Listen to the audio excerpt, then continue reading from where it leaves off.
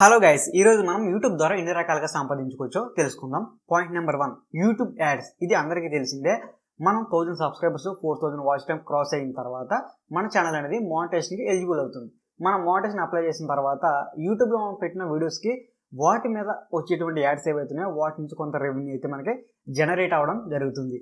Point number 2, మన YouTube channel అనేది మోనిటైజేషన్కి eligible అయినా కాకపోయినా సరే మనం మన ఛానల్లో కొంత ప్రమోషన్ అయితే చేసుకొని దాని నుంచి కూడా మనం ఎక్కువగా రెవెన్యూ అయితే సంపాదించుకోవచ్చు. మనకి యూట్యూబ్ నుంచి వచ్చేటువంటి యాడ్స్ ఏవైతున్నాయో వాటికన్నా ఎక్కువ రెవెన్యూ సంపాదించేటువంటి అవకాశం అయితే ఈ ప్రమోషన్స్లో మనకి ఉంటుందన్నమాట. దీనికి మనకు కావాల్సింది మన ఛానల్ యొక్క గ్రోత్.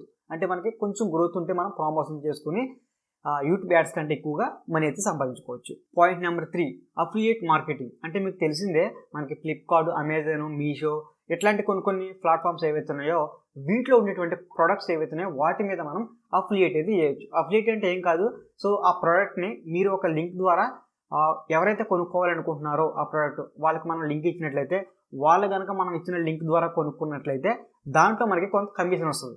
దీన్ని మనం అఫిలియేట్ మార్కెటింగ్ అంటాం. మనం కనుక ఈ టైప్లో అఫిలియేట్ మార్కెటింగ్ చేయగలిగితే మనకి ఎక్కువ రెవెన్యూ వచ్చేటువంటి అవకాశం అయితే చాలా ఉంది. Point number 4, YouTube course. చాలా మంది క్రియేటర్స్ కొత్తగా వచ్చేటువంటి క్రియేటర్స్ అందరికీ కూడా ఒక యూట్యూబ్ కోర్స్ని రెడీ చేసి అమ్ముతూ ఉన్నారు. అంటే మీ దగ్గర ఉండేటువంటి నాలెడ్జ్ని యూట్యూబ్లో అమ్ముకోవడం. సో గైస్, ఈ వీడియో మీకు నచ్చినట్లయితే కింద కామెంట్ అయితే చేయండి ఏ విధంగా నచ్చింది అనేది, అండ్ ఒక లైక్ అయితే వేసేసేయండి. ఇంకా మన ఛానల్ ఫస్ట్ టైం చూసినట్లయితే కింద సబ్స్క్రైబ్ చేసుకోండి. పక్కన బెల్ ఐకాన్ ఉంటుంది, దాన్ని కూడా యాక్టివేట్ చేసుకోండి. ఓకేనా గైస్, నెక్స్ట్ కంటెంట్ మళ్ళీ కలుసుకుందాం. Stay tune, bye.